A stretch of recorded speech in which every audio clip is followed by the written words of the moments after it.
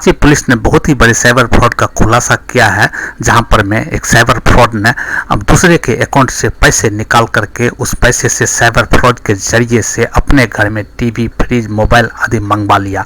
आइए इस बारे में पूरी जानकारी दे रहे हैं रांची के एसएसपी सह डीआईजी चंदन कुमार सिन्हा जी।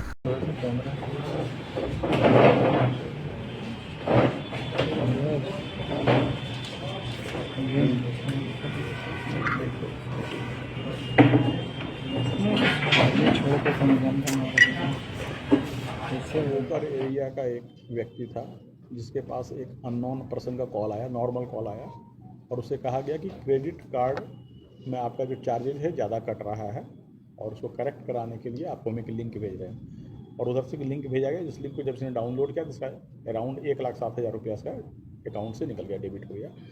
इसकी सूचना इन्होंने पुलिस को दी और साइबर थाने ने त्वरित अनुसंधान आरंभ किया और आरंभ करने के बाद जो हम लोग को इन्वेस्टिगेशन का जो क्लू मिला, उस क्लू के आधार पर हम लोग देवघर में जाकर एक्यूट को अरेस्ट किए हैं। उस क्रेडिट कार्ड के थ्रू जो परचेज हुआ था, फ्रिज और वगैरह, वो सब भी जब्त हो गया है। वहाँ पर केवल एक मोबाइल बचा है जब्ती के लिए। इसके अलावा जो क्रिमिनल है वो अरेस्ट हुआ है और ये within no time cyber police ने जो है इसको इन्वेस्टिगेट करके अरेस्ट किया। और इसमें एक विशेष बात यह है कि जिस अमेजन का जो अकाउंट था जिसको हैक किया उन लोगों ने एपीके के थ्रू, तो जो डिलीवरी बॉय है वह भी मिला हुआ है, इसलिए कि डिलीवरी बॉय ने जो है जो सामान डिलीवर हो गया उसका डाटा उसने अपडेट नहीं किया, वो अभी तक पेंडिंग दिखा रहा था। इट मीन्स जो साइबर क्रिमिनल थे वो उसके भी कॉन्टैक्ट में थे।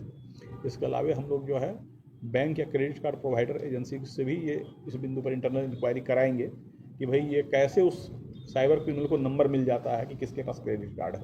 ये एक पॉइंट ऑफ इन्वेस्टिगेशन है जो हम लोग बैंक से रिक्वेस्ट करेंगे कि क्यों ऐसा हो रहा है, ये डाटा कहाँ से लीक कर रहा है, ये भी इन्वेस्टिगेशन का बिंदु रहेगा।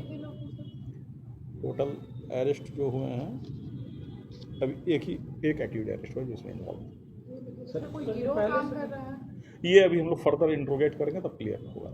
नॉर्मली जो सबसे बेसिक लाइन है, क्रिमिनल दो चीज़ का यूज करते हैं। या तो वो आपको किसी बात को लेकर टेंशन में डालते हैं, जैसे उनको कहा कि आपका क्रेडिट का ज़्यादा कट रहा है तो आप चिंतित हो गए कि हमारे ज़्यादा कट को करेक्ट करना है। और या लोभ देता है कि आपको ये, तो लोभ और भय, इस आपको कोई भी कॉल आ रहा है तो आप इमीडिएटली कुछ नहीं करिए। पहली बात है कि कोई भी बैंक, कोई भी प्रतिष्ठित ऑर्गेनाइजेशन बैंकिंग या कॉल, मोबाइल कॉल करके डाटा नहीं मांगता है। ये सिंपल थ्योरी है। आपसे कोई डाटा, वो बैंक कहती केवाईसी भी अपडेट करना था, आप आकर कराइए। तो जब मोबाइल फ़ोन से आपसे कोई डाटा मांगा जाए, कोई नंबर मांगा जाए, तो इसको किसी भी हालत में नहीं देना है। और कभी ये प्रेशर में नहीं आना कि हमारे सर्विसेज बंद हो जाएंगी, ये हो जाएंगी।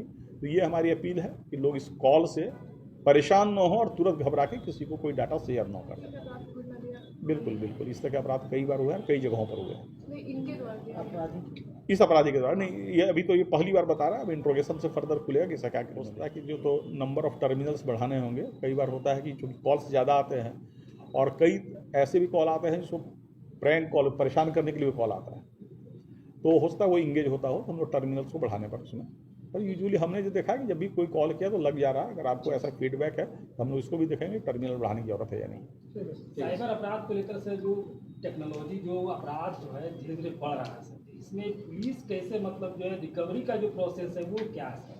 क्योंकि अपराध के लोग शिकार हो जाते हैं, लेकिन जो रिकवरी प्रोसेस है, जो लोगों के अमाउंट करता है वो नहीं होता। Prevention is the best method. आप उस ट्रैप में फंसे नहीं, क्योंकि इन्वेस्टिगेशन से लंबा होता है।